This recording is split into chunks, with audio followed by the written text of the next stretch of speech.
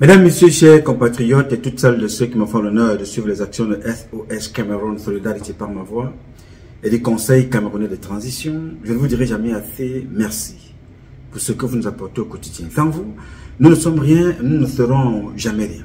C'est pour cela que je ne manque aucune occasion, ici comme ailleurs, pour vous renouveler nos remerciements. Merci à toutes et merci à tous. Comme vous pouvez le constater, je suis chez vous, mais j'ai fait des allers-retours entre New York et Pennsylvanie depuis plusieurs jours.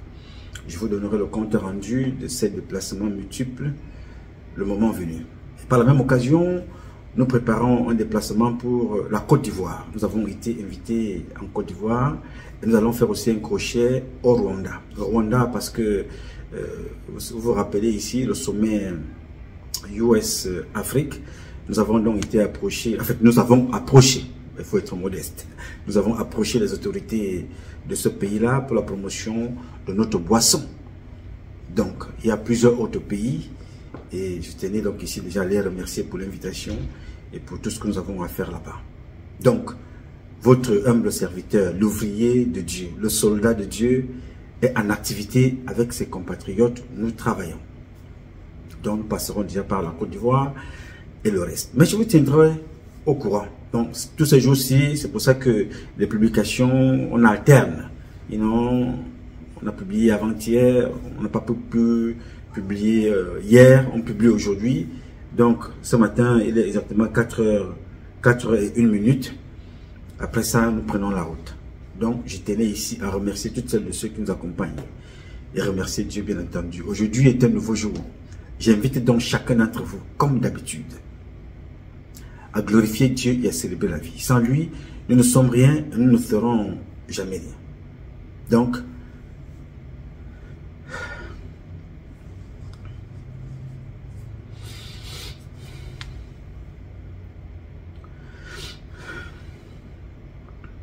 manifestez votre reconnaissance au grand architecte de l'univers. Appelez-le comme vous voulez, Zambe, Zamba, Zama, Tatabe, Si, Loba, God, Job, Allah.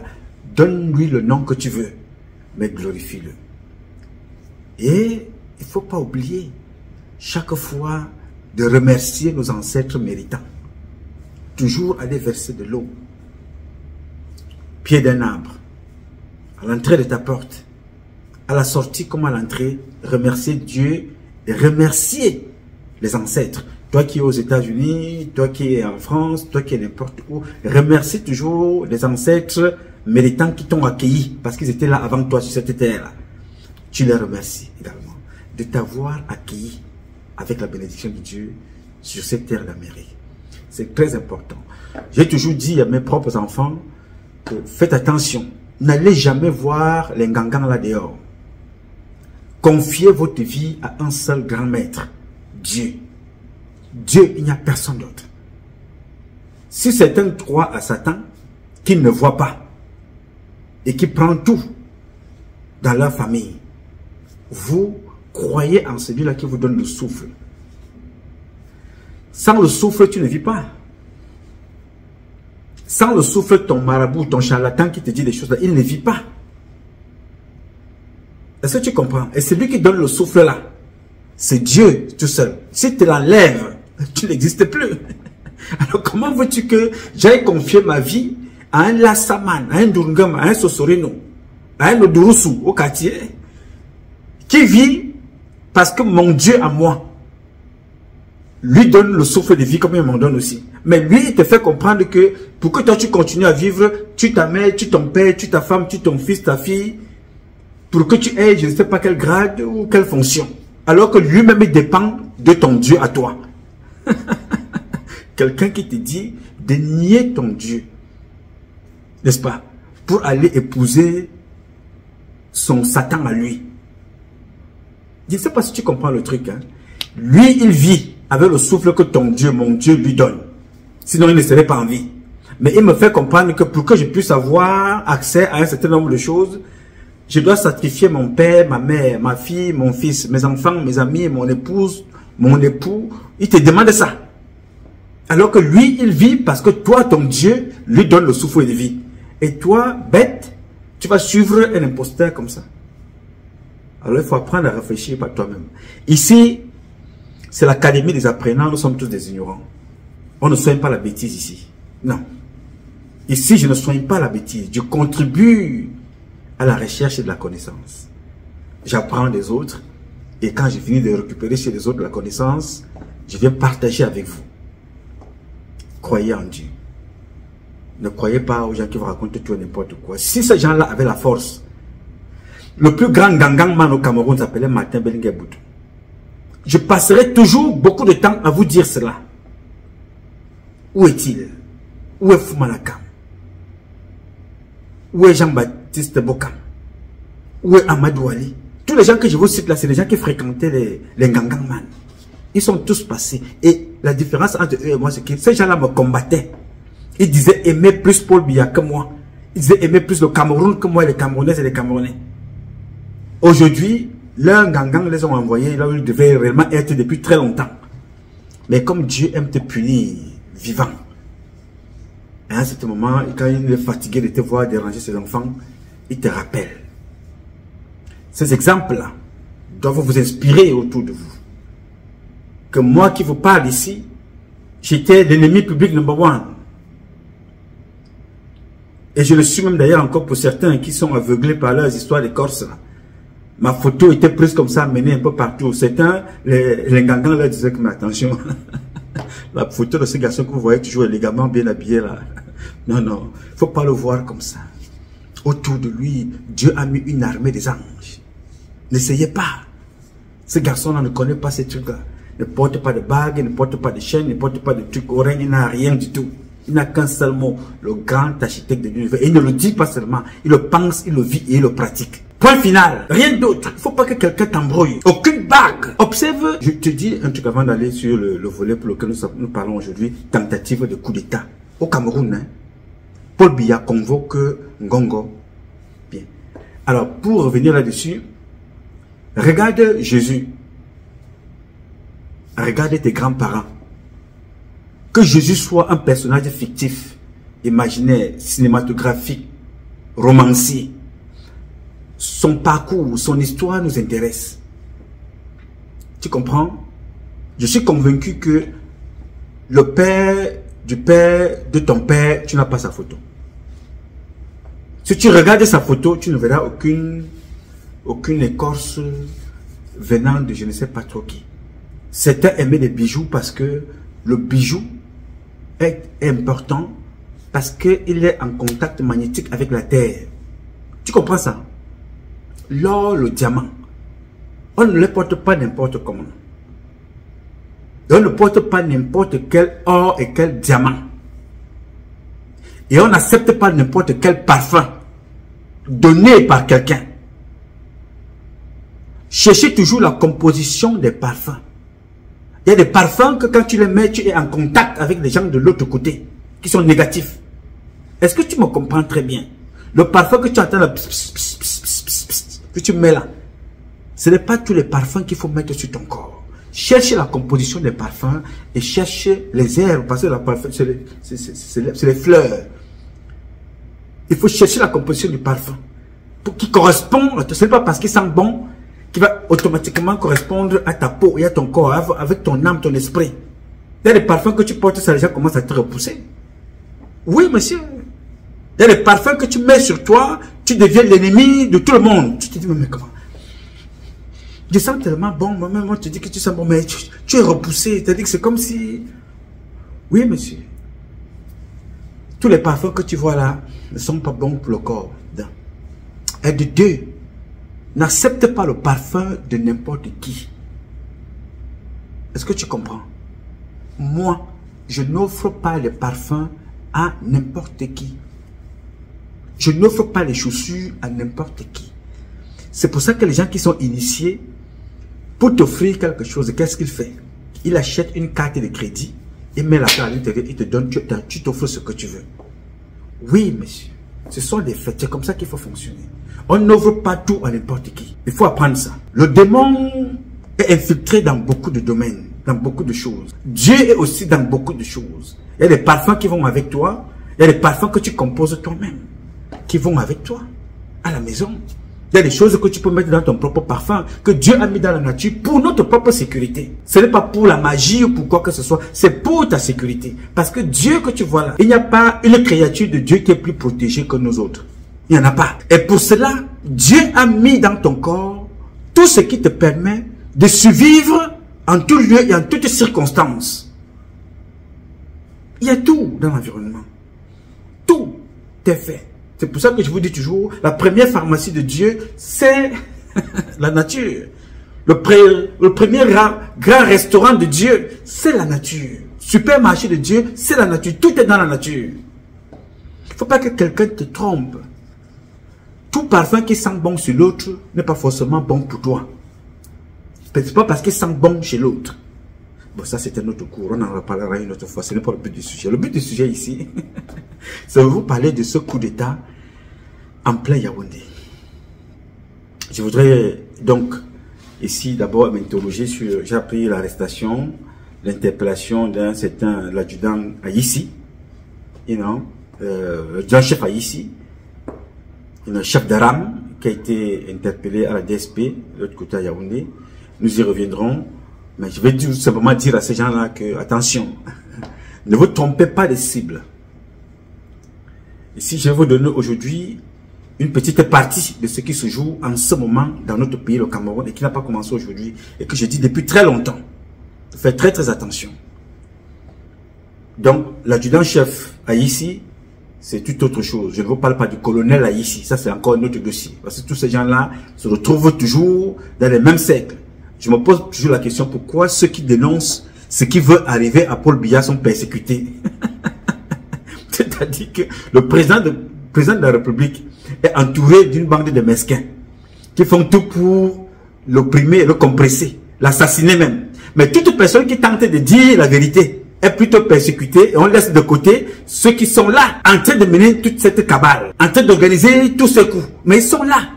Pourquoi? Parce qu'ils se sont préparés. Je répondais à mon jeune frère en lui faisant comprendre que, est-ce que tu sais pourquoi vous êtes persécutés? Parce que ceux qui sont en train de vouloir la mort de Paul Biya, il y a 3 siècles. Vous qui avez travaillé pour informer Paul Biya, tout en travaillant avec ceux qui veulent la mort de Paul Biya.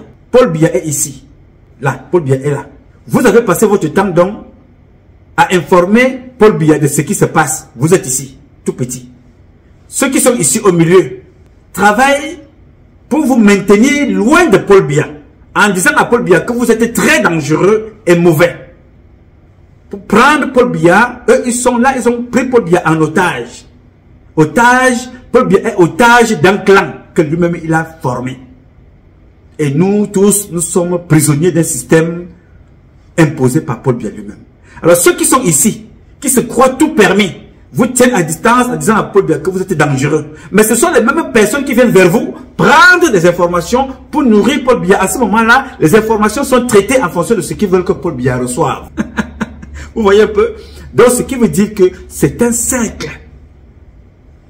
Et vous qui êtes persécutés aujourd'hui, vous commencez donc à être gênant pour ce cercle-là. Et vous entendez donc les arrestations d'un gars comme Aïssi, Jean-Baptiste, chef de rame, arrêté à la DSP. Vous apprenez que il y a un capitaine Efoudou Kenneth, capitaine Efoudou Kenneth, chef de bureau enquête à l'état-major de la présidence. C'est-à-dire c'est un gars qui est au service, une oreille active du président de la République. Il est persécuté pour une histoire qu'il ne connaît ni d'Ève ni d'Adam. Affaire Pat Diamant. Vous voyez, Ngakam, c'est un homme d'affaires, un banquier connu et reconnu. Vous voyez, Pat Diamant, c'est un homme d'affaires d'un autre genre. Mais dans cette affaire dont on est en train de vous dire que le capitaine Efoudou, jeune capitaine Efoudou, on ne vous parle pas de Mpek, du colonel Plan Mpek, chef de liaison. Colonel Mpek a été débarqué, reversé par Joseph Fouda encore. Parfois, vous vous posez la question que Nouma, qui es-tu réellement? J'avais dit au président de la République, il y a 30 ans, et je le répète chaque année, que tous les gens qui sont autour de toi commenceront le désordre pour te tuer avec ton épouse comme ils ont tué tes enfants. C'est moi, Patrice Nouma, et quelques-uns de mes compatriotes. Nous allons te libérer le peuple camerounais et rebâtir le Cameroun. Ça ne va pas changer. C'est la ligne tracée pour... Ils ont commencé, ils vont essayer beaucoup de choses. Mais c'est Patrice Nouma, moi, et des Camerounaises et des Camerounais qui allons te libérer en tant que papa, en tant que président, parce que président, tu nous as souillés. Mais en tant que papa, je ne vous laisserai pas. Je vais te prendre, ton épouse et toi, t'amener en Vomeka. Et je vais m'en prendre à tout ce monde-là. Ils vont répondre le moment venu. Yes, sir. Et c'est ce qui est en train de se passer. Devant tout le monde. On conçoit maintenant que la justice, c'est dans les réseaux sociaux. Non. Ils utilisent certains dans les réseaux sociaux pour animer la galerie. C'est tant mieux pour eux. Mais ce qui est sûr et certain, c'est que nous tous, y compris, inclus me, nous allons répondre un jour de ce que nous disons ici. Ne dis jamais quelque chose parce que tu es caché quelque part en Belgique. Tu es caché aux États-Unis, tu dis des choses pensant que tu es invincible. Et quand tu donnes des choses à publier, tu publies aussi parce que tu veux faire le buzz, mais tu cherches des vues. Publiez des choses et toutes les choses qu'on vous donne. Mais rassurez-vous d'avoir vérifié et soyez prêts à assumer la responsabilité. Ne dites pas que c'est elle qui m'avait donné, j'étais sûr de ce qu'il me donnait. Parce que ça détruit les vies. Faisons attention. Dans cette affaire du capitaine Efudou, posez-vous la question, pourquoi ne parle-t-on pas du colonel Mbek, qui était allé à la gendarmerie, qui était allé voir le capitaine Laïssi. Donc le capitaine Laïssi connaît cette enquête. Le colonel Mpek avec Pati Diamant. Pati Diamant est au milieu de deux autres personnalités, les autorités supérieures. Un colonel d'un côté et un contre-amiral de l'autre. Ce n'est pas le but du sujet, mais c'est pour vous dire que je mets là les bases. Je mets d'abord ça de côté, on en reparlera un autre jour. Cette affaire de Pati Diamant nous ramène tout droit vers Ngakam. L'affaire de Ngakam nous ramène tout droit vers Pati Diamant. Des personnes diamétralement opposées qui ne se connaissent peut-être même pas d'une façon ou d'une autre, qui ont des business à part, n'est-ce pas? Mais qui ont un point commun. Ils sont des plumes, ils sont des poules, ils sont des oiseaux appelés par certains membres du gouvernement, avec à leur tête Joseph Fouda. Ça, c'était une page. Je la tourne pour le moment, parce que ce n'est pas le but du sujet. Le but du sujet ici, c'est de vous parler d'un coup d'État qui s'est organisé à Yaoundé. Vous savez, je vous parle avec des noms, des dates et des heures précises pour que chacun se retrouve et que le président de la République et son épouse et toutes celles de ceux de près ou de loin qui sont concernés dans cette affaire prennent place, s'asseyent et m'écoutent. Parce que je vous avais dit ici que le premier agent de renseignement, c'est le peuple camerounais. Et ce peuple a été actif dans cette information. Le deuxième agent de renseignement, c'est le journaliste. Malheureusement, il n'a pas fait son travail sur ce coup-ci. Le troisième agent de renseignement, c'est l'homme en tenue qui doit aller au contact du civil pour aller prendre l'information et la ramener, la traiter et la soumettre à sa hiérarchie et puis la mettre à la disposition du président de la République. Voilà comment ça fonctionne. Dans ce cas précis, nous avons affaire à une information qui était au point de se réaliser. Tout était réuni pour que le coup d'État ait lieu. Les armes étaient réunies, les hommes étaient réunis, les lieux étaient déjà neutralisés parce que la personne dont je vais vous parler, les gens l'ont posté à 200 mètres de la sortie du président de la République. Le gars était à Bastos, c'est là où il était logé, armé jusqu'aux dents. Il est connu, n'est-ce pas? Le gars est donc logé là-bas. Il s'appelle Mohamedou Sani, né le 18-12 de 1982 en Konsama. On le loge donc là-bas. Personne ne sait, en dehors des gens qui veulent préparer le coup d'État. Ils veulent assassiner Paul Biya, n'est-ce pas? Ils veulent assassiner publiquement Paul Biya. On prend donc un tireur d'élite. On le case à Bastos. Il est logé là-bas, armé jusqu'aux dents. Ce que je vous raconte là a l'air d'un film, mais c'est une réalité qui se passe chez nous. Aucun service de renseignement au Cameroun n'est au courant de cette affaire. Ou s'ils sont au courant, ils ont décidé d'être complices de ceux qui veulent prendre le pouvoir. Ça veut dire que comme c'est Ngongo qui les nomme, qui les fait nommer, qui place, ainsi de suite, personne ne veut parler. La police n'est pas au courant qu'il y a un monsieur qui est entré au Cameroun qui a des armes de guerre. Personne ne le sait, n'est-ce pas? Il est logé là à 200 mètres du président. Tous les services du renseignement du Cameroun ne sont pas informés. La DGRE ne sait pas. Le B2 n'est pas informé. Les services de renseignement, l'état-major sont aux aguets parce qu'il y a un individu là-bas qui veille. DSP, personne n'informe. Le B2, personne n'informe. La police, la gendarmerie, personne n'est au courant de l'affaire. Le monsieur est là-bas, caché. Il prépare les armes. Hein? La CEMIL, quand on parle des armes, la CEMIL doit s'intéresser. Personne n'est au courant jusqu'à l'heure. C'est donc ainsi que l'un des éléments de l'état-major, le chef du bureau enquête du président de la République, détaché à l'état-major particulier du président de la République. Donc, ce monsieur-là travaille avec le général de brigade, Amougou Bete Emmanuel, le général de la Medley, et le chef du capitaine Efudou Kenneth. Le capitaine Efudou Kenneth qui est le chef du bureau enquête. Dans sa connexion, il a des gens, comme la plupart des chefs de renseignement, comme à l'époque du père Fauchivé, qui avaient des indices des agents de renseignement partout, des taximans, des bayamsels, mais ainsi de suite. L'un des patrons du renseignement au Cameroun à l'époque était le père Fouchili. Donc, le capitaine Effoudou, chef du bureau enquête à l'état-major particulier du président de la République, avant d'une information très importante. Une personne se lève, une dame, décide donc de confirmer cette information dont le capitaine avait déjà vent, mais il n'avait pas encore tous les éléments. Une personnalité de la République, une dame, décide donc d'entrer en contact avec lui. Va le voir dans son bureau. Rentre à 16 h ce jour-là. Rentre à 16 h, décide donc de lui donner toute cette information. Elle rentre à 16 h, elle ressort à 21 h du bureau. Tout le rapport est là. Elle lui raconte toute cette histoire. Vous voyez que un civil, elle n'est pas militaire. Il n'est pas militaire. Je dis il et elle, c'est pour ne pas donner les pistes à ceux-là qui peuvent aller commencer par tuer les personnes. Parce que quand tu connais déjà, on vient te chercher, on t'élimine. Comme ils ont fait avec Martinez et Zogo. C'était toujours les mêmes choses. Vous allez comprendre pourquoi est-ce que c'est grave. Ces personnes-là donc informent le capitaine qui prend soin de prendre des notes. La situation est grave. La vie du chef de l'État, Paul Biya, et son épouse, les vies sont menacées. Il faut faire quelque chose. Alors, cette information est bloquée. Pourquoi? Parce que cette femme, pour qu'elle puisse avoir cette information devait être donnée par une mission diplomatique étrangère dans notre pays, qui, par les canaux d'information et des réseaux, est informée de ce qui se passe. De ce monsieur qui a été déjà recruté, payé par cette ponte du gouvernement. L'ambassadeur Christophe Guilou est informé de cette affaire. Le service de renseignement décide de mettre de l'eau sur ce monsieur. Alors, comment faire pour informer le président de la République de cette situation? Puisque toutes les personnes qui sont impliquées, il y a des gens du renseignement, il y a des gens des autorités de l'administration territoriale, il y a des patrons qui sont impliqués. Et ces personnes-là, ce sont ces personnes-là qui sont en charge de laisser passer des audiences et ainsi de suite. Donc, personne, tout ce monde-là est au courant que monsieur Christophe Guilou ne doit plus avoir accès au président de la République. Toutes ces personnes-là sont au courant, puisque c'est à partir de chez eux que le mercenaire qui est envoyé, il vient de la France. C'est un légionnaire français, camerounais de nationalité, né en Consamba, le 18/12/1982. Il est français, il est de la Légion étrangère. Oui, monsieur. Alors, toutes les personnes qui sont au courant du coup d'État et qui travaillent pour, ne peuvent pas admettre que ce garçon-là, que Christophe Guilou, soit en contact avec Paul Biya pour lui donner l'information, parce que Guilou n'est pas informé de l'affaire. Mais il est informé qu'il y a un coup d'État qui se prépare. Donc ces gens-ci ne sont pas entrés en contact avec Guilou pour qu'ils préparent ça ensemble. Mais Guilou est informé. Il faut donc informer le président, mais Guilou n'a plus accès au président. Ça fait 6 mois maintenant. Là, je vous parle là, à l'époque des faits. Guilou n'est plus informé. Comment faut-il faire?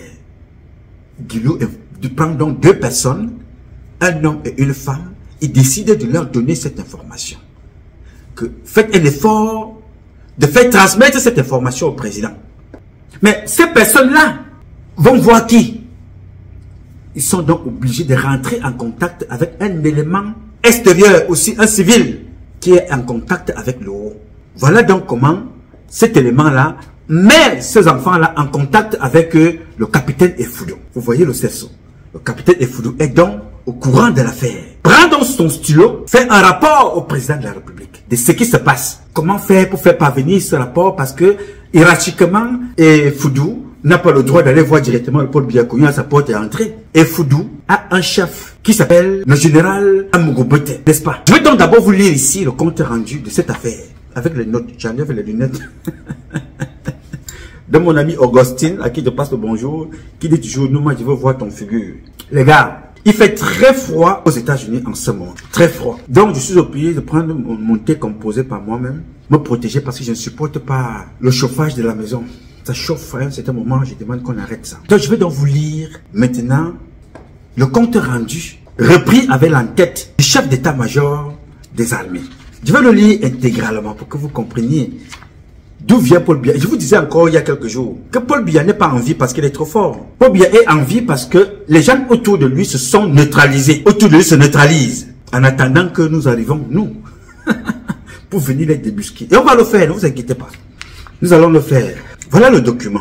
République du Cameroun. À l'attention du colonel, chef service des opérations, système d'information et de communication. Pour la haute information du général de brigade aérienne, chef d'état-major particulier du président de la République du Cameroun. Objet, enquête de sécurité. Référence, TO, numéro 02300 440 MP Mindef 018 du 07 mars 2023, l'année dernière.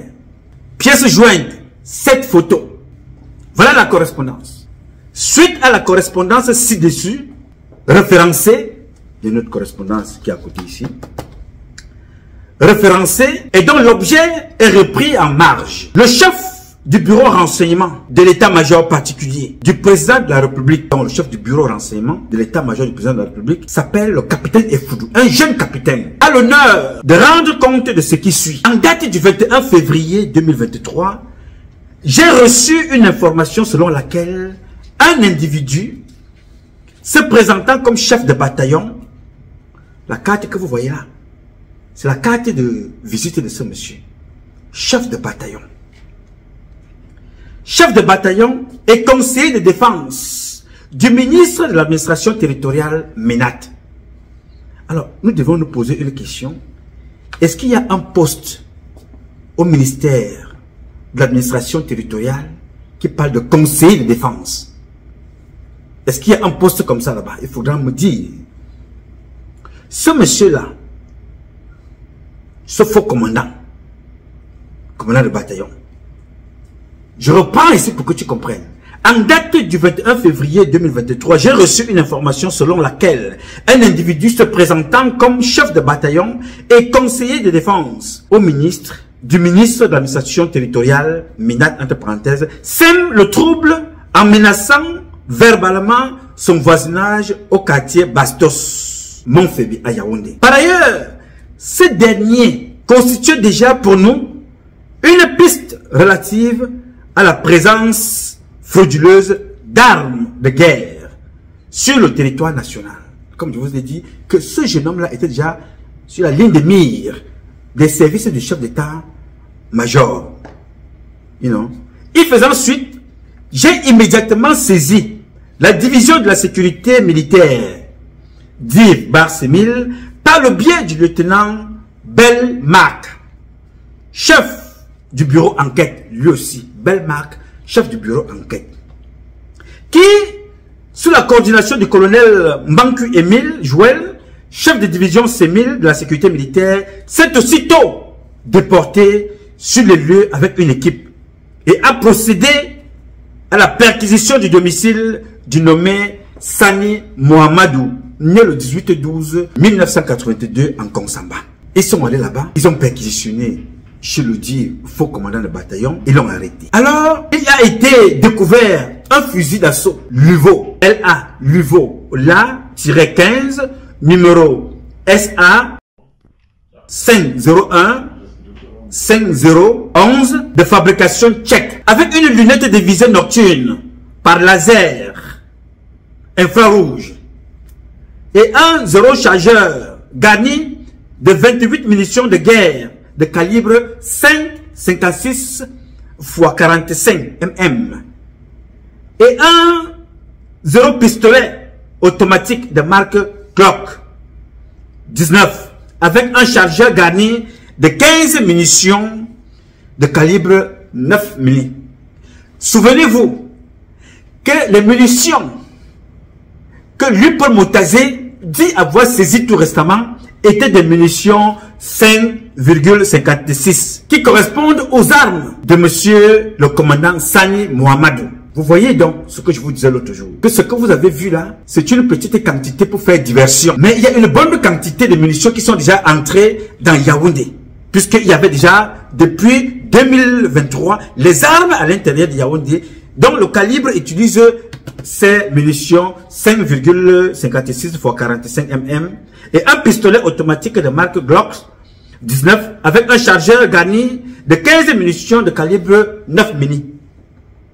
L'intéressé ainsi que le matériel saisi dans son domicile ont été conduits à la division de la sécurité militaire pour exploitation. Après son audition, il en ressort que ce dernier ne serait pas seul détenteur. Il y a plusieurs personnes embusquées dans Yaoundé, détenteurs de ces armes de guerre. Il précise que il ressort que ce dernier ne serait pas seul détenteur de ce type d'armement, car faisant partie d'un vaste réseau de trafic d'armes de guerre, dont une partie alimenterait les différentes rébellions centrafricaines, mais aussi préparant un éventuel coup d'État visant la déstabilisation des institutions de la République du Cameroun. D'autant plus que plusieurs dignitaires du régime en place ont eu à intervenir pour la libération sans délai du mis en cause. Je ne sais pas si vous comprenez le truc. Le monsieur, voici le compte rendu. Je vous parle toujours avec des preuves à l'appui. Avec l'entête de l'état-major. Ce récit-là se fait avec l'entête de l'état-major. N'est-ce pas? Le monsieur est arrêté en possession des armes de guerre et des munitions. N'est-ce pas?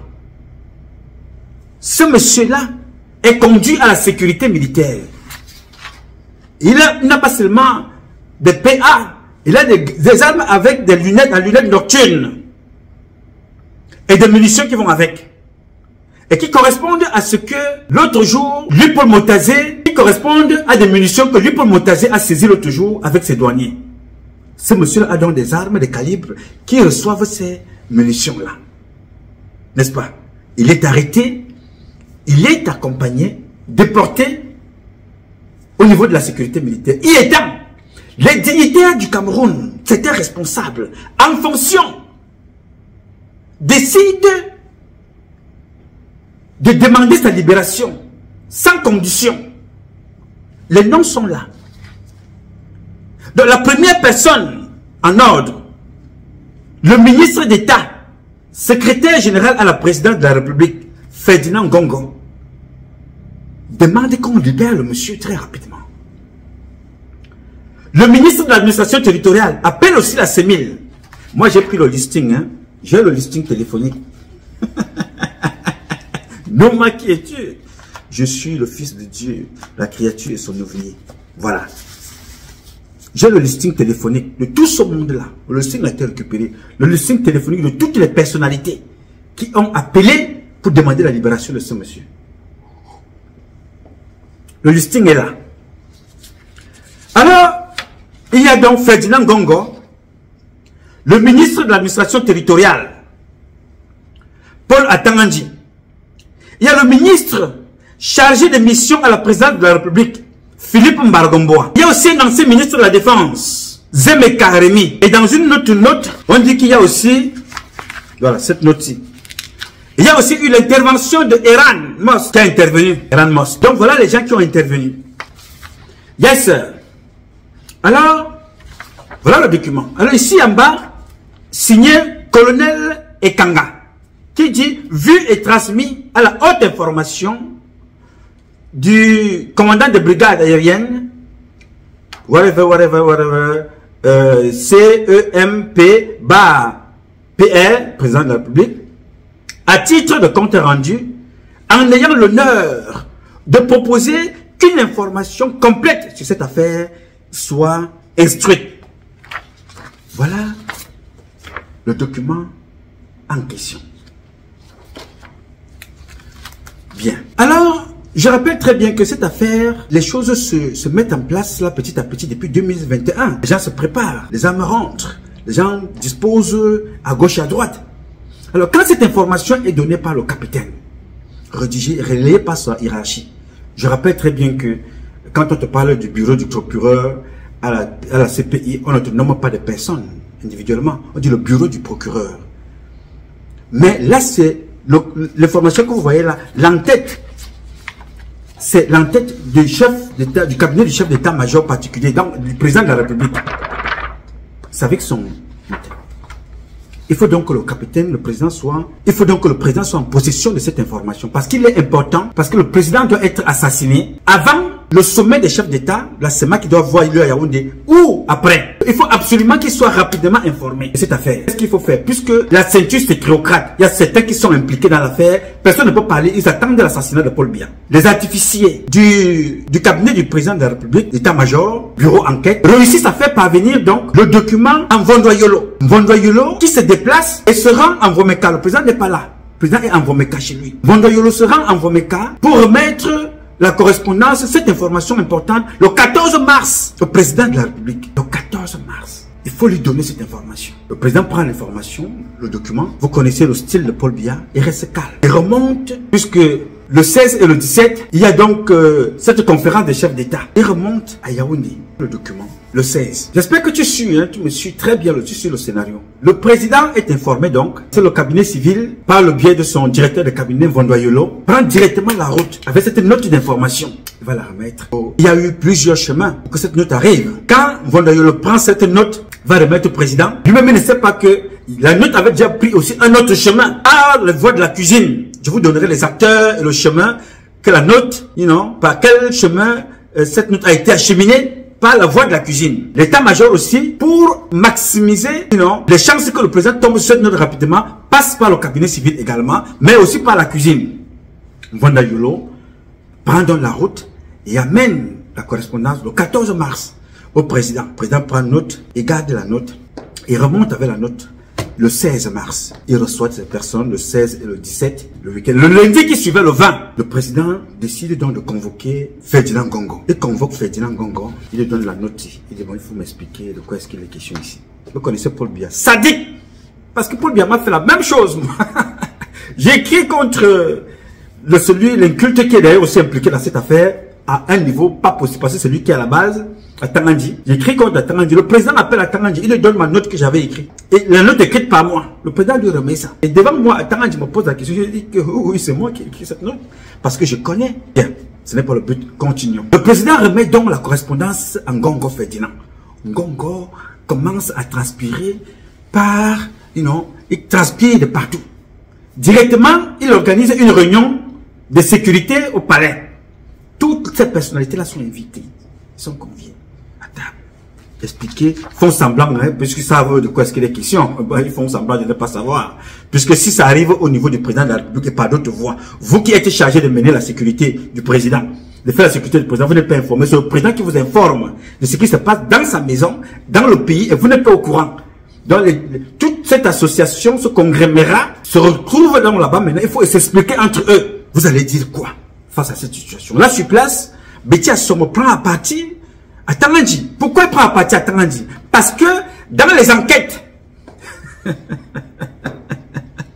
oh, Nouma Patrice Freeman, dans les enquêtes, on fouille donc les documents de ce monsieur. On trouve donc ce document, le document que vous voyez là.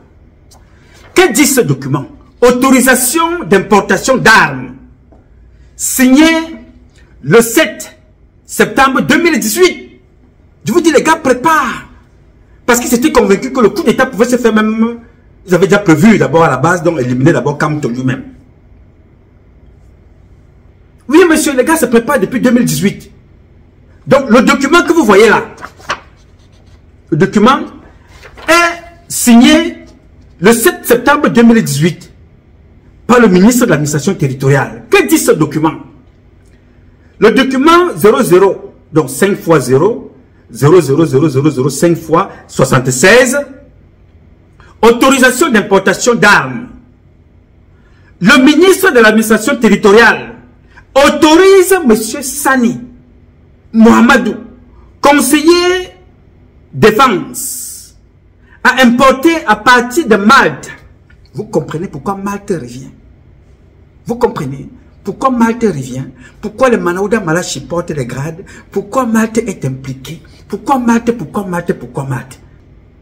Que ces organisations criminelles veulent déstabiliser le Cameroun. Et pour avoir dit ça, Nouma était l'homme à abattre. Jusqu'à tirer sur ma voiture plusieurs fois. Vous allez comprendre les choses, d'où nous venons. Le ministre de l'administration territoriale autorise monsieur Sani Mohamedou, conseiller défense. Y a-t-il un conseiller défense à l'administration territoriale? Je n'en sais trop rien. À importer à partir de Malte 2 armes, 02 armes de marque Luvo AR-15, calibre 223 REM et Glock 19, calibre 9 mm. Signé à Tangandji. C'est ce qu'on trouve dans les choses de ce monsieur-là. N'est-ce pas? Et on ressort là-dedans des documents comme ça. Il y en a eu plus de 25 avec le même module. Pourquoi? Parce qu'il ne fallait pas faire venir des armes en cargaison. Cargaison, c'est plusieurs armes en conteneur de munitions. Non, il fallait passer inaperçu. Pourquoi? Parce que déjà à la base, Ngongo Ferdinand et ces gens sont convaincus qu'ils ont posté des gens un peu partout. Donc, ceux qu'on aura besoin là, c'est ceux qui vont mener l'action d'éliminer le président de la République. C'est-à-dire, si celui qui est à Bastos rate son coup sur le chemin, il faut qu'un peu plus loin, un autre riposte automatiquement. Donc, il y a eu 25 documents signés comme ça, faire entrer des armes en petit calibre. Vous comprenez le truc? Quand on trouve donc ces documents là-bas, signés par Tangandji, lors de la réunion du 20, le président, lundi 20, quand le président a donc convoqué, a donné ce document à Ngongo, le même jour, Ngongo organisé, a convoqué tout le monde. Il se retrouve donc là-bas. À l'intérieur là-bas, le ministre de la Défense pique une colère contre l'imposteur Tangandji. De quel droit? Ce ne sont pas des prérogatives. Prérogatives, c'est l'exclusivité du président de la République. L'autorisation de faire rentrer des armes dans ce pays, il n'y a qu'une seule personne.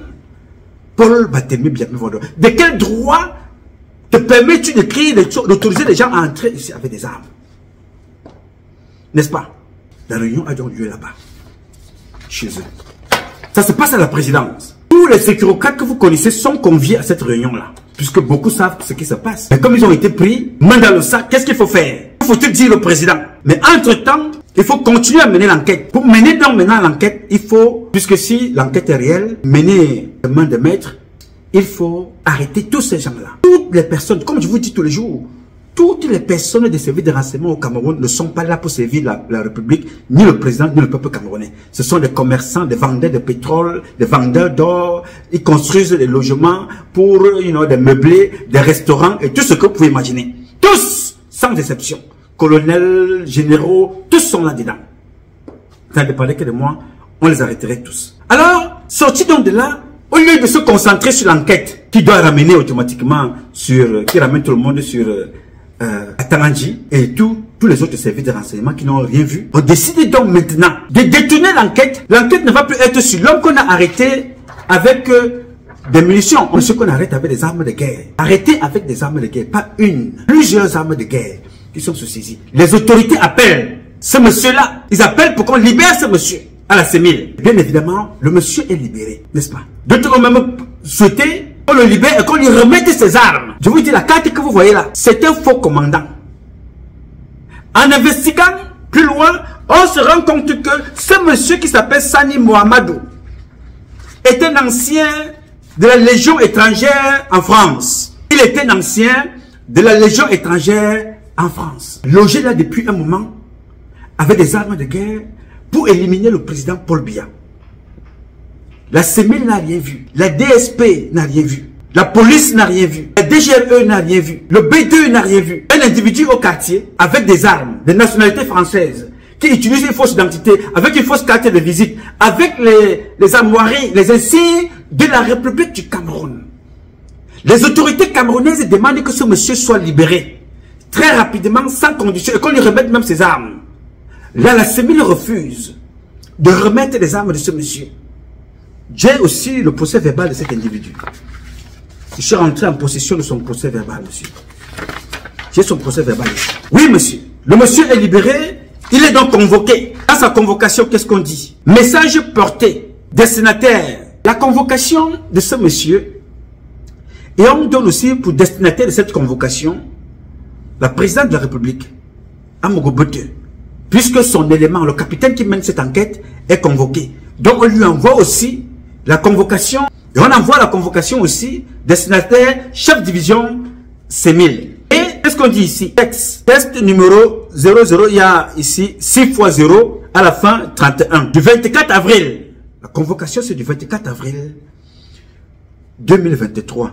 XX. Objet, convocation administrative. XX, comme suite à la recherche en responsabilité ouverte relativement aux activités suspectes du nommé Mohamedou Sani. Activité ayant entraîné une suspicion de menace à la sécurité de l'État et en exécution, instruction hiérarchique. XX, honneur vous demandez respectueusement de bien vouloir inviter XX, capitaine Effoudou, XX, EMP, PRC, XX, officier ayant procédé à l'audition du nommé Mohamedou Sani à la division Semil, à se présenter au bureau du colonel le mardi 25 avril 2023 à 9h00 XX US XX et fin. Ça, c'est la convocation qui avait été donc agressée Foudou. Le monsieur aussi devait être convoqué, n'est-ce pas? Les gens se retrouvent là-bas. Et Foudou, pour avoir mené cette enquête, pour avoir dénoncé ça, n'est-ce pas? Et convoqué pour aller venir. Tu dénonces quelqu'un qui est porteur d'armes de façon illégale dans ton propre pays, le Cameroun. Tu es le premier enquêteur du président. On vient t'opposer à la personne qu'on a arrêté au quartier avec des armes. On ne pose pas la question à monsieur que tu fais quoi dans ce pays avec des armes? Mon frère, tu n'es pas militaire camerounais, tu es un étranger, tu es porteur d'armes. Et la personne qui t'a donné l'autorisation de ce port d'armes et de faire rentrer ces armes-là au Cameroun, lui-même c'est un imposteur parce qu'il n'a pas droit. Alors au lieu qu'on se concentre sur la personne, on veut plutôt confronter le monsieur, le capitaine Effoudou, à un monsieur qui est détenteur d'armes de façon illégale au Cameroun. La nature de l'enquête change. C'est devenu une affaire de femmes. Je ne sais pas si vous comprenez. Les documents vous parlent là des gens qui ont des armes au quartier. D'une information très importante. Et des ministres qui ont donné des autorisations d'en faire entrer les armes au Cameroun. Très grave.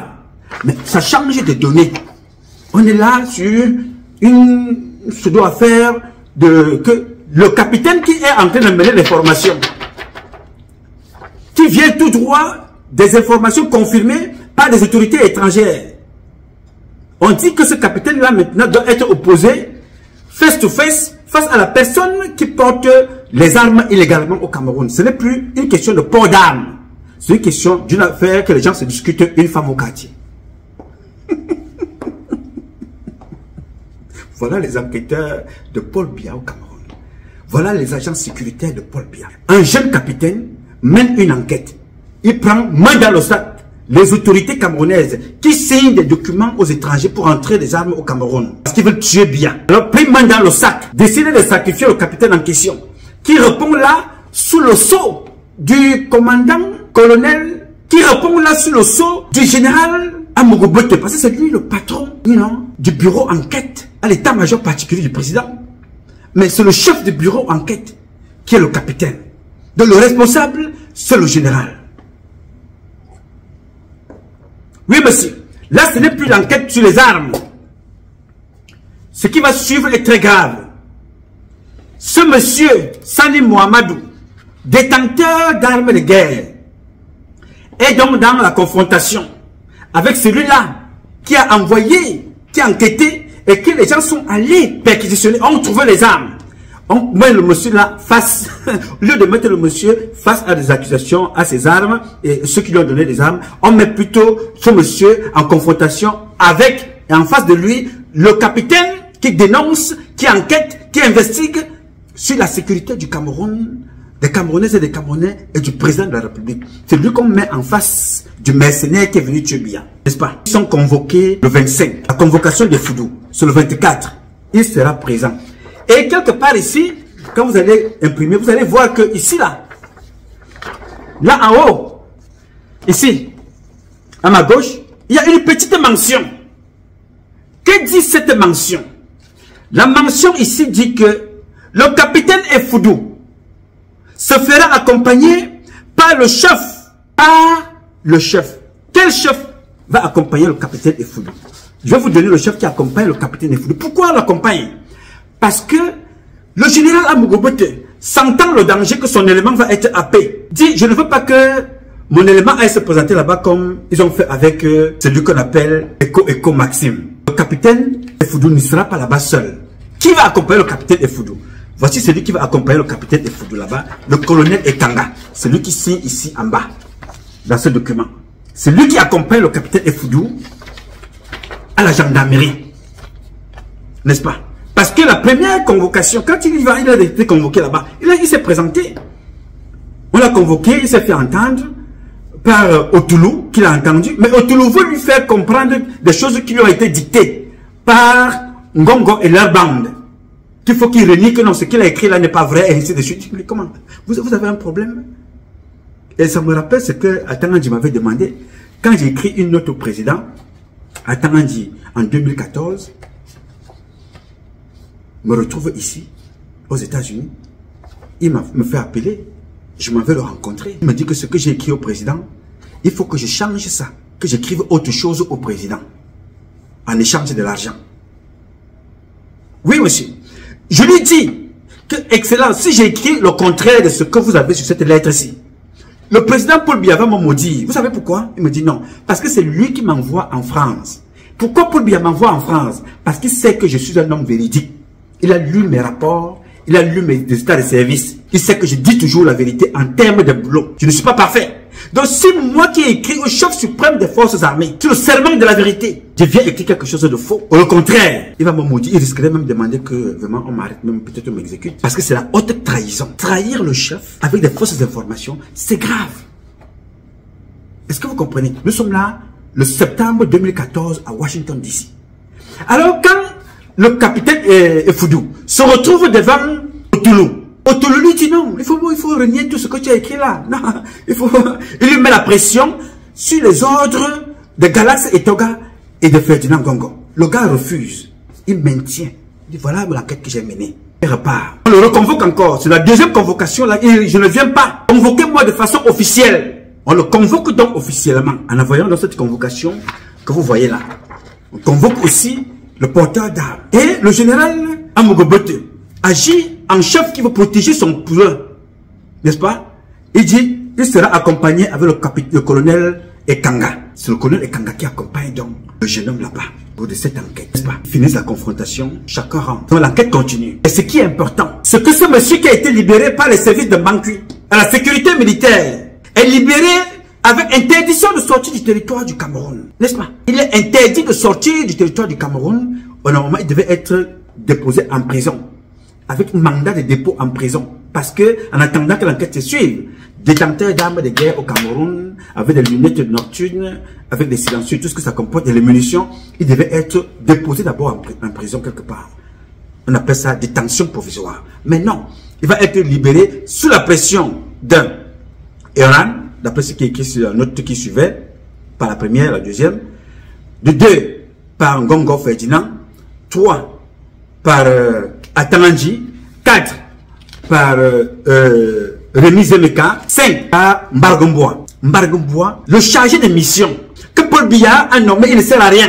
Il va compléter au quartier pour qu'on assassine Paul Biya. Le monsieur est donc libéré sous condition qu'il ne quitte pas le Cameroun avec interdiction de sortie du territoire. Je vous le donne en 1000. Yes, sir. Après la confrontation, le monsieur qui est poursuivi pour le port illégal d'armes, pour avoir fait rentrer des armes illégalement dans notre pays, le Cameroun, va repartir. La confrontation va se terminer. Mais seulement, là nous sommes là le 25, n'est-ce pas? Nous sommes le 25 puisqu'ils sont convoqués à se présenter au bureau du colonel le 25 avril 2023 à 9 h du matin.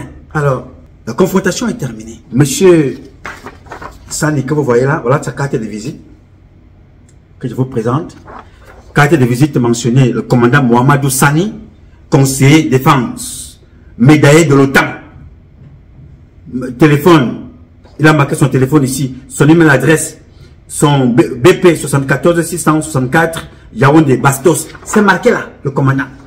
Ce commandant là, dont on accuse d'être détenteur, porteur d'armes illégalement dans notre pays, va quitter le Cameroun tranquillement. Oui, monsieur. Nous avons réussi à voir le manifeste du voyage. Et Patrice Nouma, le fils préféré de Dieu, you know, le fils de la République, Nouma Patrice Freeman. Nous avons eu le manifeste du voyage. la liste de tous les gens qui ont voyagé ce jour-là, nous avons récupéré. Monsieur Mohamedou Sani était assis sur le siège 19L.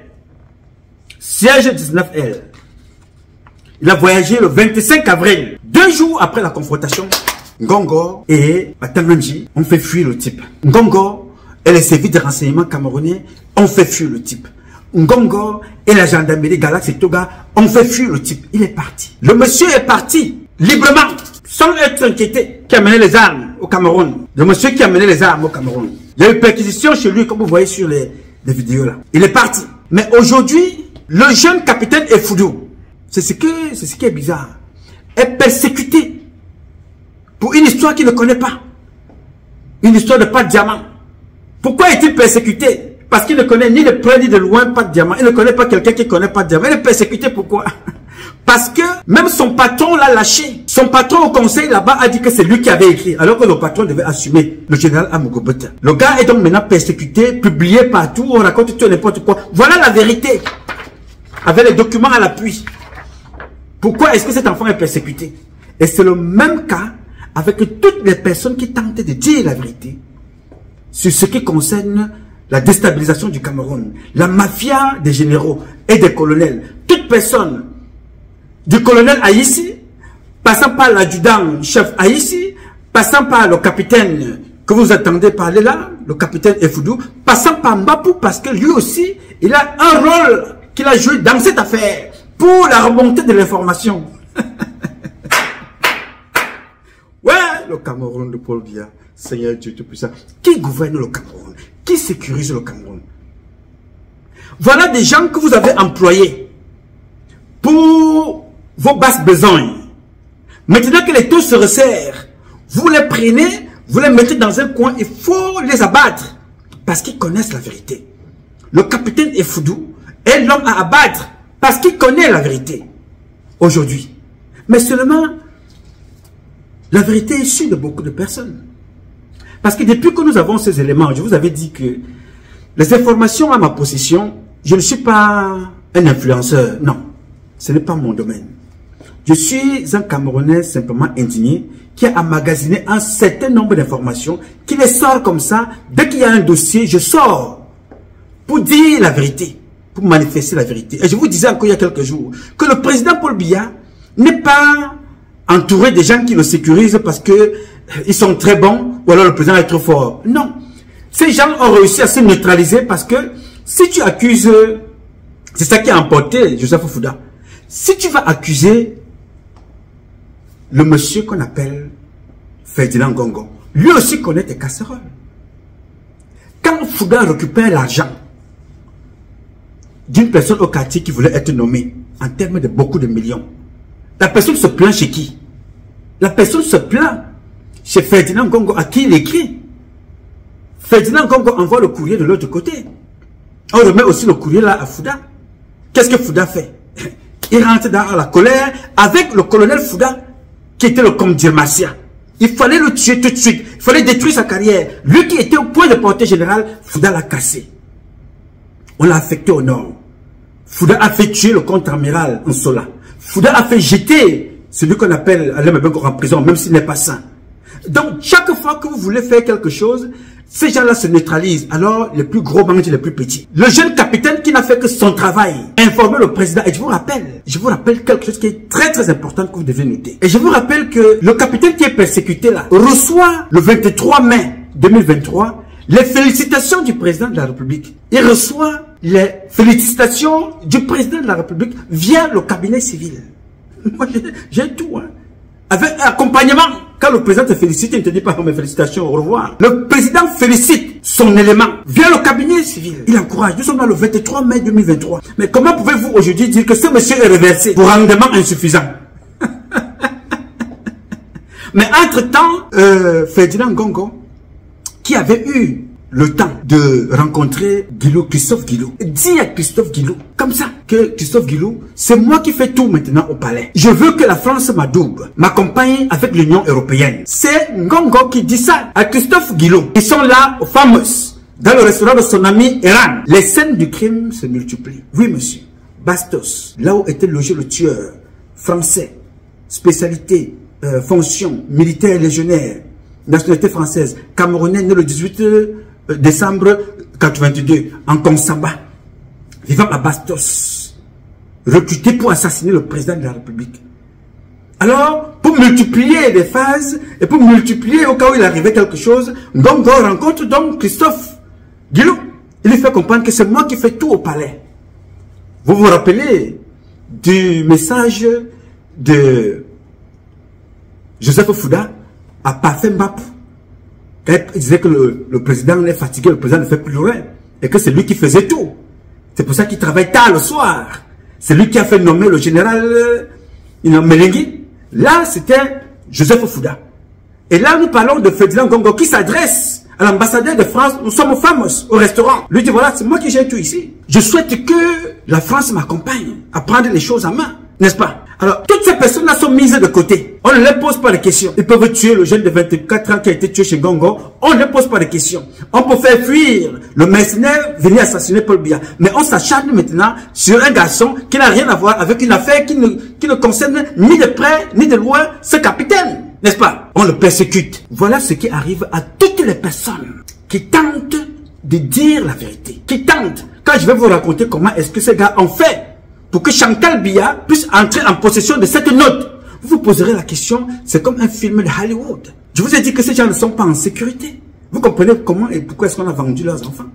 Ce sont les gens de sécurité qui ont tué Paul Biya et sa famille, comme je vous le dis là. C'est très grave, les gars. Donc le petit est persécuté. Voilà les raisons. Interdit à Yissi de sortir du territoire camerounais. Mais on laisse des mercenaires sortir.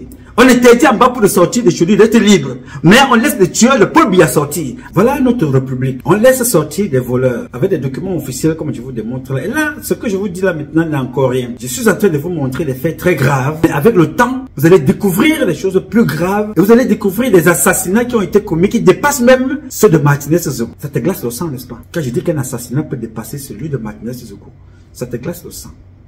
Parce que vous n'avez pas vu. Martinez Zogo, vous avez entendu. Vous avez vu quelques images comme ça en passant. Oui. Mais il y a des gens qui ne sont non-aiment au Cameroun. Que ces gens qui sont au pouvoir là ont tué. Il y a des gens qui sont des militaires, des policiers, des gendarmes. Que ces gens ont détruit les vies. Comme ils sont en train de persécuter les enfants, comme vous voyez là. On va aller arrêter un adjudant, chef. Pourquoi faire? Ngongo Ferdinand tue devant tout le monde voit. Qui nous a donné le compte rendu de l'enquête de Jean-Louis Mabenga? De l'enquête sur son frère. Qui nous a donné le résultat? Il n'y aura pas. Donc pour moi, je ne prends pas ce comportement à la légère. Quand on vous dit que les gens sont menacés d'assassinat, on a tué Dodo Ndoké, c'est classé. On a tué Françoise Foning, c'est classé. On tue comme ça devant vous. Et on regarde. On tue les enfants du président. On commente comme on commente là. C'était écrire tout n'importe quoi sans avoir une base légale ou bien réglementaire, ou bien propre ou honnête, ou bien même des déclarations justes. Non, on publie parce qu'on veut publier. Il faut qu'on fasse très très attention. Et j'ai un message à dire à ces gens-là. Le plus important entre ce qui se passe en ce moment et vous et nous, c'est que plus le temps passé, les militaires soldats ont eu le temps d'observer qu'ils avaient affaire à des responsables criminels. Oui, monsieur. Certains officiers supérieurs ont eu le temps de comprendre que ils ne servaient que des officiers de paille. Le peuple camerounais lambda a compris qu'il a été dirigé et berné par une association de bandits, des imposteurs, des brigands. On ne vous laissera pas. Hein. Les documents que vous voyez sortir là, ça ne s'est pas passé aujourd'hui. Quand vous apprenez que ce monsieur a pris le vol Air France, il a fui. Il était assis sur le siège 19L. Mohamedou Sani, un légionnaire français de nationalité camerounaise, né en Konsamba le 18 décembre 1982 en Konsamba. Tout est référencé, tout est noté, tout est enregistré, tout est conservé. Ce n'est pas aujourd'hui. Je sors ce document-là, en petite dose, pour vous faire comprendre que les gens que vous voyez en prison, tous les gens là, le rapport qui nous a été fait de ces gens-là n'est pas vrai. Aucune des personnes en prison aujourd'hui n'est là pour les faits qui lui sont reprochés. Aucune.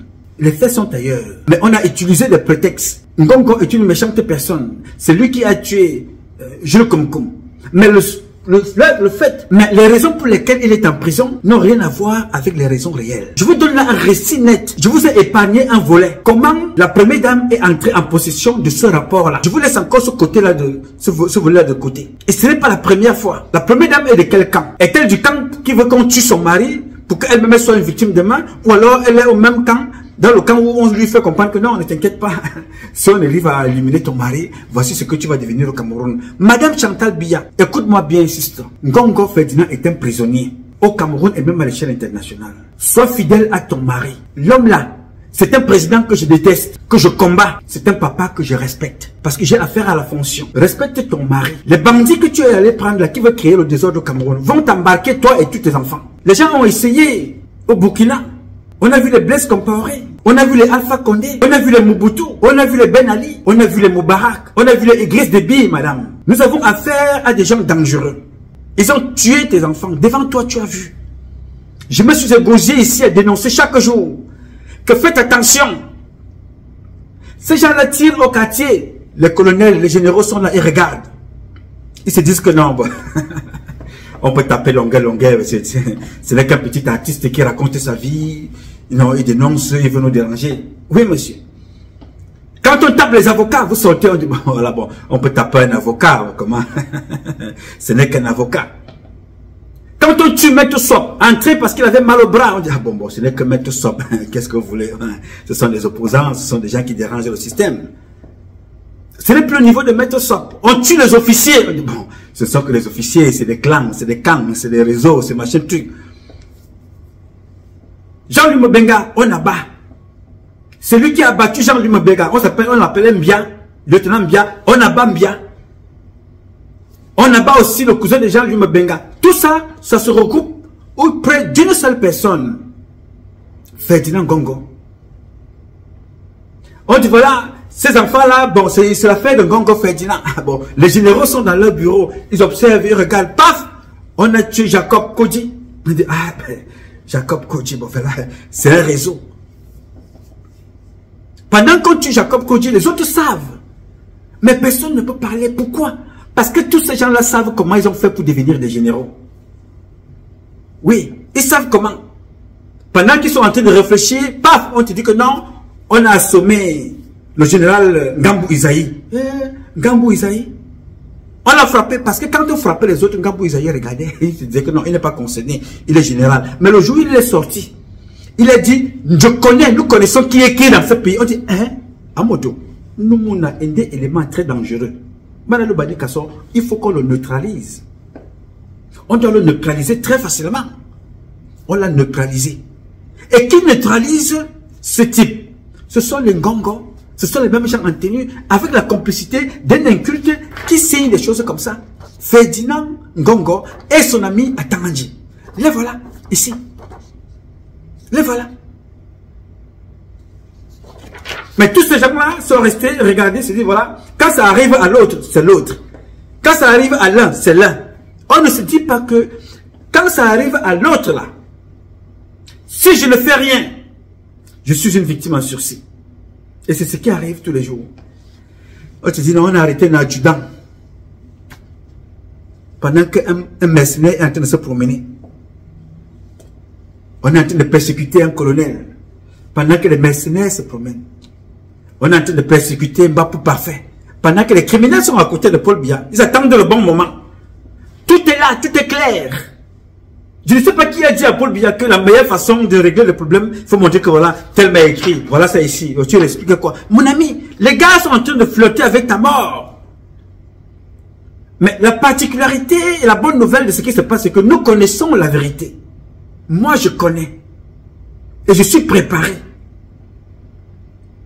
Mais le jour où je vais vous dénoncer, je vais vous montrer comment on a tenté d'empoisonner Chantal Biya. Elle-même, elle ne connaît pas cette affaire. Oui, monsieur. On a tenté d'empoisonner Chantal Biya. Et c'est toujours les mêmes personnes. Ce n'est pas le volet aujourd'hui. Je vous dis, chaque fois que j'ouvre ma bouche, c'est avec des preuves à l'appui. Et c'est la femme de quelqu'un qu'elle connaît très bien. Et c'est un concours de circonstances qui a fait rater l'assassinat. L'empoisonnement en tout cas. Voilà comment une république vit dans notre pays. On a un pays qui a tout. Nous avons tout. Mais voilà, nous passons notre vie, les empoisonnements, les règlements de l'école. Il faut tuer le président. Vous allez le tuer, qu'est-ce qu'il ne vous a pas donné? Vous voyez donc ce que je vous dis souvent. Voilà la fin d'un régime. Voilà la fin d'un système. Un système à qui le Cameroun, le peuple camerounais a tout consenti, a tout donné. Le voilà. Et quand je vous dis que ces crimes-là, il y a un homme politique qui avait dit un jour que les gens sont allés le voir pour faire un coup d'État. N'est-ce pas? Il est venu dénoncer ça. J'avais fait une vidéo là-dessus. Non seulement c'était un piège, mais ils allaient utiliser ça. Parce qu'ils avaient voulu caler ça comme ce qui s'est passé au Gabon.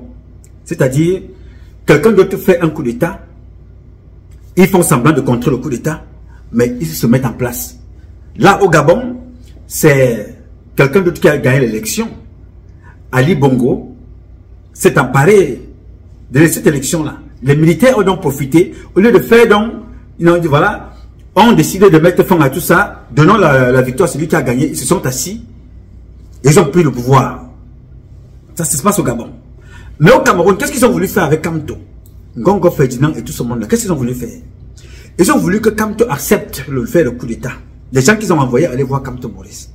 Si Kamto acceptait, ils allaient mettre Kamto devant et neutraliser les deux. Et Kamto et Paul Biya. C'était ça le jeu. Oui, monsieur. C'était ça l'objectif. Mais là où Kamto a fait bon, bien que lui-même, sa position n'est pas très connue, là où il a bien joué, c'est que il a rendu l'affaire publique. Il dit non, je ne suis pas là. Allez faire ce que vous voulez faire, mais sans moi. Il a cassé un projet qui était en place. C'est ce projet-là qui continue de courir.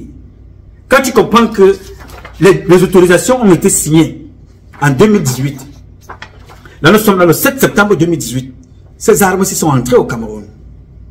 Et les armes qui sont entrées au Cameroun utilisent le même calibre d'armes que ce que Paul Motazé a récupéré l'autre jour en destination de Yaoundé sortant du Grand Nord.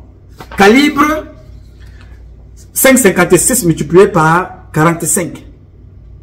C'est ça. Oui, et je vous l'ai dit, ce n'est pas la première fois. J'ai dénoncé ici, toujours par les éléments de la même sémile qui a libéré ce type.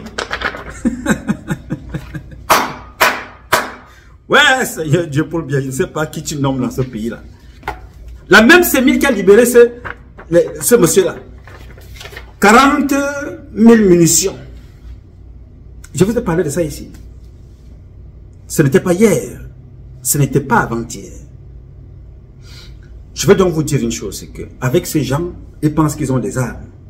Nous allons lutter avec les armes que nous avons. À chaque fois qu'ils vont faire un pas, nous allons faire un pas. Nous attendons qu'ils continuent dans ce qu'ils sont en train de faire.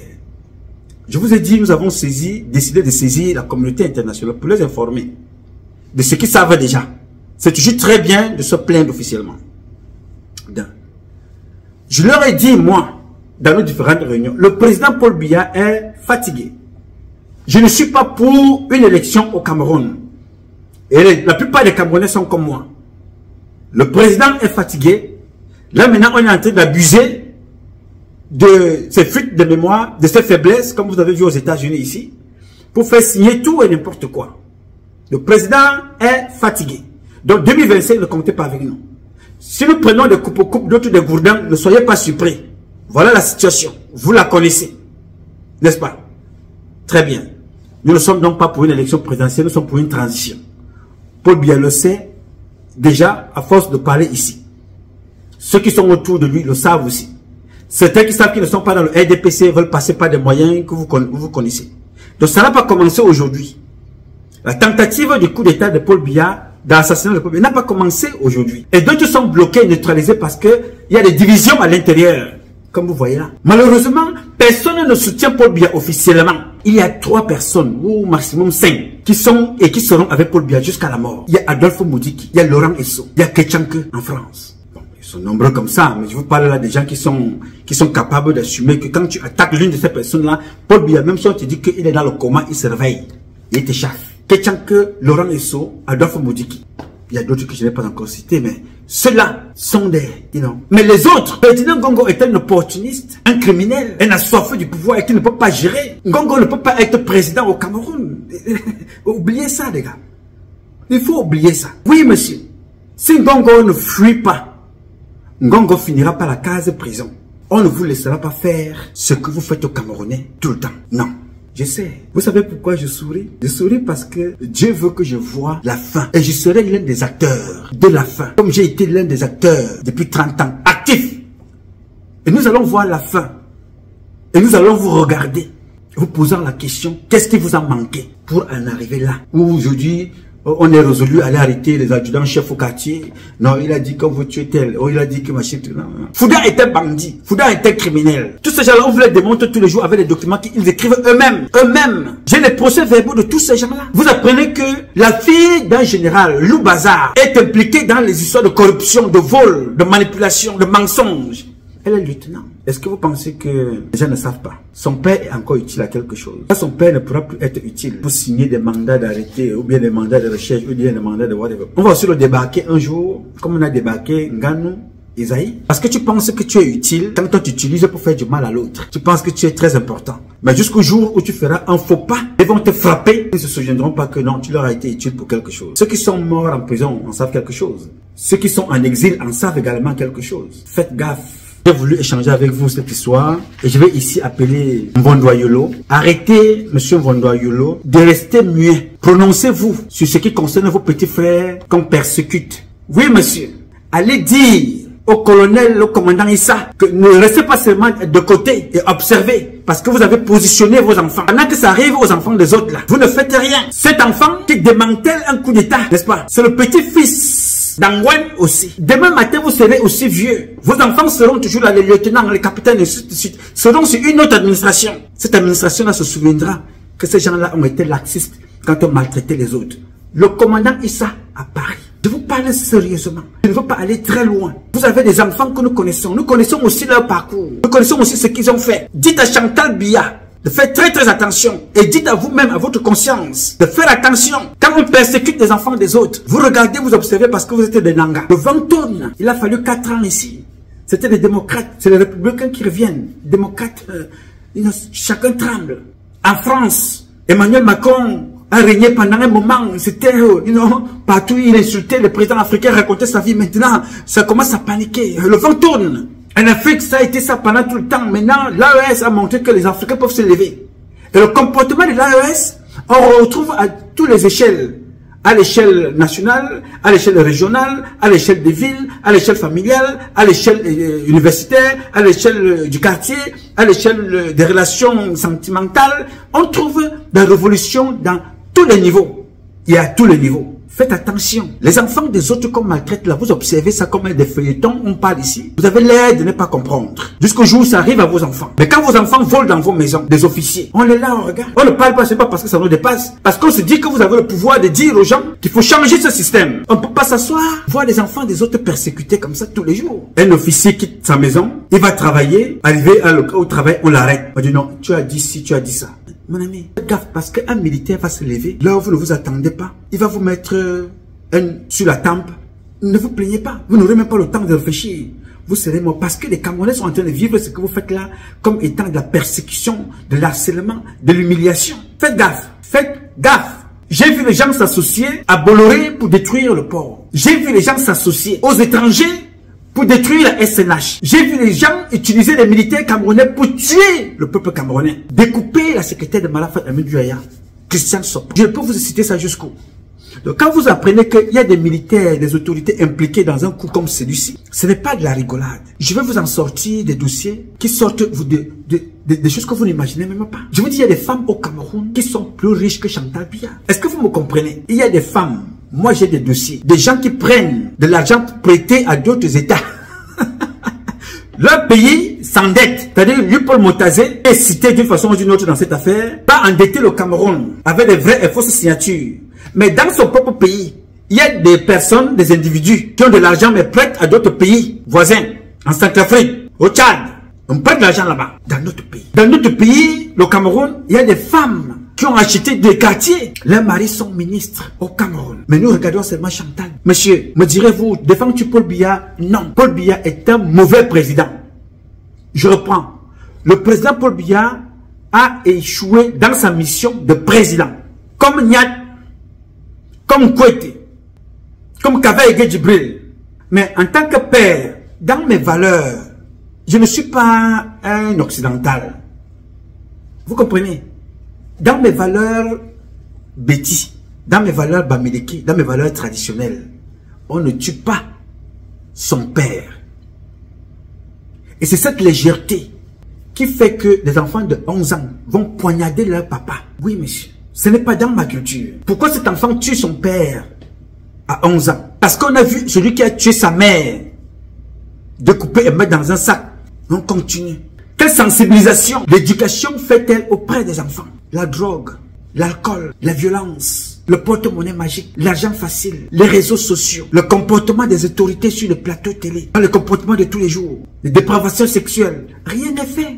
Vous voulez que les enfants aillent où? Quand la fille du président de la République, elle-même, elle a fait de cette tribune-là un espace de tout et de n'importe quoi. Donc, les gens qui persécutent les capitaines, comme le capitaine Efoudou, les gens qui persécutent l'adjudant, les gens qui persécutent le colonel Aïssi, les gens qui persécutent les Mbapou, les gens qui persécutent le peuple camerounais dans son ensemble, ça les arrange. Parce qu'il faut vous abrutir. Il faut noircir le Cameroun, laisser le Cameroun dans ces désordres-là, et quand les gens nous regardent comme étant un pays maudit. Mais non, le Cameroun n'est pas maudit. Il y a une catégorie de personnes dont nous allons attraper, et qui vont répondre le moment venu. Le Cameroun n'est pas maudit, il est même loin d'être un pays maudit. Non, jamais. Il y a des individus égarés, maudits, et qui vont être condamnés, arrêtés le moment venu. Nous les connaissons. Les dossiers que je vous sors là ne sortent pas d'aujourd'hui. C'est les dossiers que nous connaissons. Manifeste de voyage de ce mouvement-là. Les armes sont là. Tous les armes. Les décisions sont là. Hein? Voilà, voilà. C'est un papier, main levée comme ça. Les prérogatives du chef de l'État. Un bandit qu'on a pris au quartier vient donner l'autorisation de faire entrer les armes au Cameroun parce que vous lui avez donné des importances de ce qui n'a pas. Et de ce qui n'est pas. De ce qui ne sera pas. Et de ce qui ne sera même jamais. On lui fait croire qu'il est quelque chose par un décret. Les conséquences sont là. Je ne vous ai encore rien dit. Tout ce que vous voyez là, j'essaie tout simplement de riposter et de répondre à chaque sortie d'un certain nombre de personnes, de certaines personnes, pour faire comprendre que le Cameroun est dans une merde que vous ne pouvez même pas imaginer. Vous ne pouvez pas. Je vous avais déjà raconté ici comment ces gens-là ont tué tous les responsables qui étaient chargés du Covid. Tous les responsables ont été tués jusqu'en Suisse. Ils ont tous été tués. Il reste 2 personnes. Et ceux qui ont organisé ces assassinats, Ferdinand Gongo et Manaouda Malachi. Le reste, les femmes, les hommes, ces majestés, ils ont tous tué ces gens-là. S'il y a une enquête aujourd'hui, en dehors des documents que nous avons sur d'autres affaires, cette enquête aura du mal à remonter sur le Covid, sur Manaouda Malachi. Elle aura du mal à remonter sur Gongo Ferdinand. Parce que Gongo Ferdinand et Manaouda Malachi ont tué toutes les personnes qui étaient impliquées. Et c'est ce qu'ils veulent faire en tuant Mbapou Parfait, en tuant Aïssi, en arrêtant le adjudant-chef et en tuant Efoudou, en arrêtant, en déstabilisant les autres. Pour tuer tout, dès que tu connais, il faut te effacer. Dès que tu en sais trop, on t'efface. Martinez Sissoko, même chose. Nga Stéphane, même chose. Thierry Ndong, même chose. Donc on vous tue tous. Dès que tu en sais trop, on t'efface parce que tu ne faut pas que tu en parles. Oui, monsieur. On t'élimine. Et les autres regardent en attendant que ce soit leur tour. Mais nous, on ne peut pas se taire. Il va falloir qu'on parle. Il va falloir qu'on dénonce ça. Parce que les Camerounais ne sont pas des bêtes sauvages. N'importe qui se lève comme ça n'élimine. Non. Nous connaissons chaque fois. Je ne vous ai pas dit que Mbapou est parfait. Non. Je ne vous ai pas dit ça. J'ai dit que ces enfants-là ont servi les dignitaires de cette république. Ferdinand Gongo, Joseph Fouda, Galax et Toga, Amougouboute, tous ces enfants-là. Ce n'est pas moi qui écris. Quelqu'un ne doit pas m'appeler pour me raconter des histoires. Vous les voyez là, non, ici. Là. Le bandit a été, le mercenaire a été libéré à la CEMIL. C'est vous qui avez écrit un rapport de 7 pages de la CEMIL, ce n'est pas moi. 7 pages. 1, 2, 3, 4. C'est le coller. 4, 5, 6, 7. Bon, voilà 7 pages du rapport de la CEMIL contre le chef CEMIL. C'est vous qui avez écrit, c'est ça, 7 pages. Avec les photos, les repérages, les sites de carburant. C'est vous qui avez filmé. Je n'étais pas là-bas. Moi, j'ai le mérite de vous dire les choses publiquement ici. Je ne suis ni au Cameroun, ni au Nord, ni à Douala. C'est vous qui êtes allé filmer les militaires qui escortent le carburant du chef CEMIL. Et vous avez mentionné là que quel est ce type qui veut devenir général? Veut-il devenir le général du pétrole ou le général des meublés au Cameroun? C'est vous qui écrivez, ce n'est pas moi. Le rapport, c'est 7 pages. Ce n'est pas moi qui écris ça. Ce n'est pas moi qui écris ça non plus. Là où on est libéré, il y a ça, il y a les conclusions de ceux qui accompagnent ce document. Chaque personne là-dedans, on a décrypté pour donner au président ce rapport. Au lieu de s'attaquer à ceux qui font les rapports, à Amougouboute. Amougouboute est le chef qui valide ce que son élément a écrit. Où est le document là? Pendant que vous parlez, je cherche ce document là. Je le retrouve là. Le document de you know. Donc tous les petits enfants là qui sont impliqués, qui ont servi vos intérêts, sont pourchassés parce qu'ils savent ce qui s'est passé. Dès que tu en sais trop, on t'élimine. Hein? Il y a des colonels aujourd'hui à la gendarmerie qui sont impliqués dans une histoire de trafic de drogue. Où les vendeurs de drogue sont allés les arrêter à la maison chez eux, ligotés et tabassés. Colonel de gendarmerie. Est-ce que vous me suivez? Impliqués dans une histoire de trafic de drogue. Les vendeurs de drogue avec lesquels il collaborait, ou c'était le mauvais partage ou pas, sont arrivés chez lui à la maison. Oui, monsieur. Ils l'ont ligoté. Tout un colonel. Ils l'ont tabassé sérieusement. Est-ce que vous êtes au courant de cette affaire? Non, vous n'êtes pas au courant. C'est plutôt le jeune adjudant qu'on va arrêter. On va persécuter les Mapou. On va persécuter à gauche, à droite. Alors que les officiers sont sous protection parce que... Ouais, voilà le document que j'étais en train de chercher. Des informations dont la source est imminente, crédible, font état de ce qu'un coup de force politique est en gestation à pratiquement 70% prêt à passer à l'action. Et dans ce document de 3 pages, s'ajoute encore celui-ci de 9 pages qui décrivent chaque personne. On décrit 9 pages. 1, 2, 3, 4. Bon, ça colle un peu ici là. 4, 5, 6, 7, 8, 9 pages qui décrivent chaque responsable à une page. Les responsables qui sont cités là-dedans. On décrit leur responsabilité dans ce qui s'est passé. Et dans ça, on laisse de suivre ces gens-là. On s'attaque aux gens de façon périphérique au quartier. On arrête de donner, et ça me rappelle l'assassinat de Gabour. L'assassinat de Gabour, Zéchal Eric Nyangonon, le colonel qui donne les ordres. On ne l'arrête pas. Le colonel qui a envoyé des enfants à les tuer. On ne l'arrête pas. Mais on prend les jeunes soldats, on les jette en prison.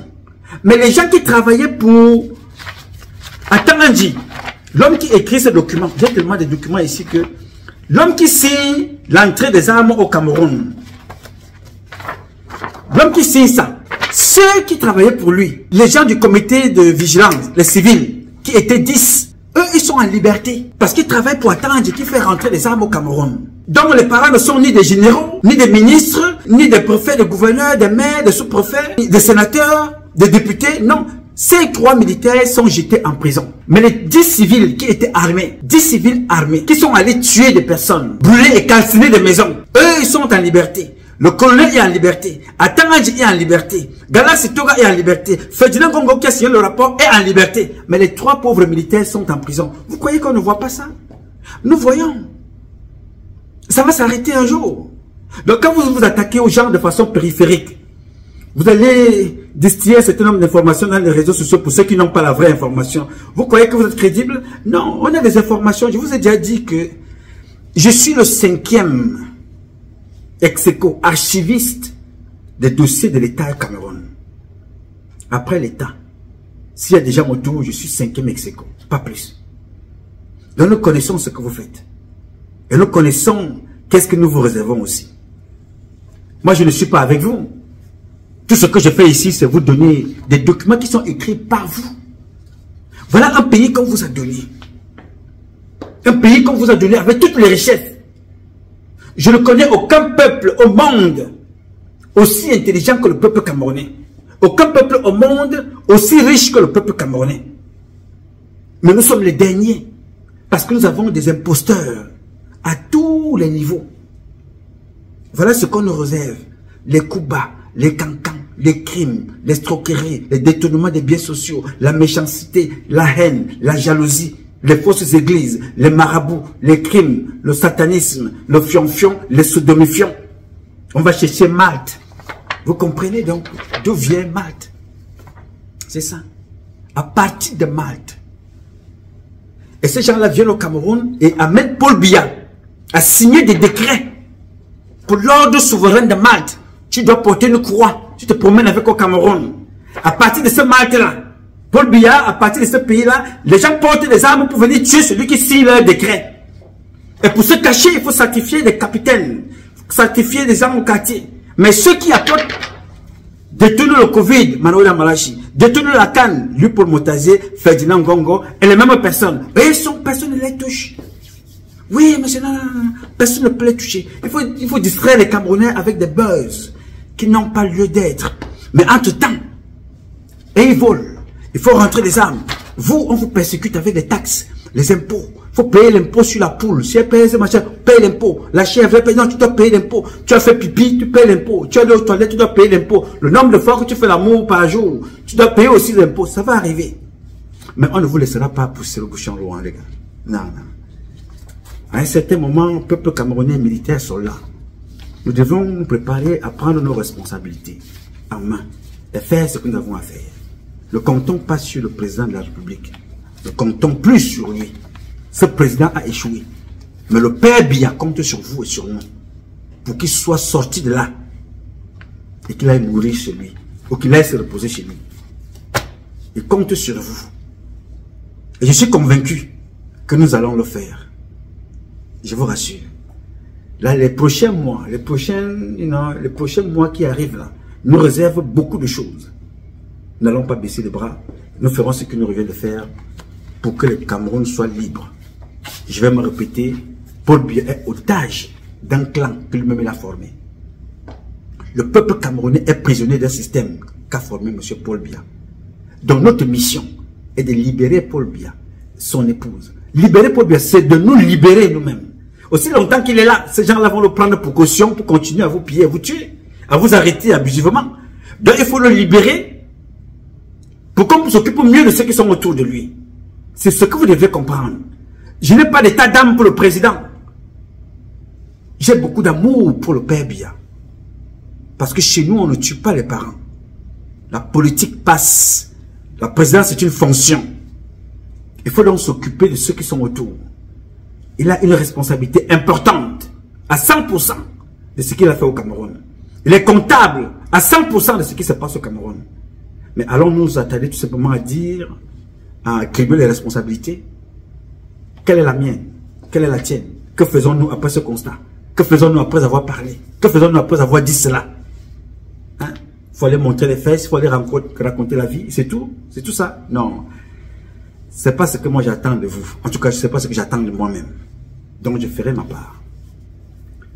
Bien, mes chers compatriotes, en attendant la prochaine publication ou les prochaines actions, ce combat est un combat de tous et de chacun pour un intérêt commun. Chacun de vous dans son domaine respectif. Un Cameroun nouveau est possible. Chacun dans son domaine respectif. Et c'est justement parce qu'un Cameroun nouveau est possible, chacun dans son domaine respectif, que je compte sur vous.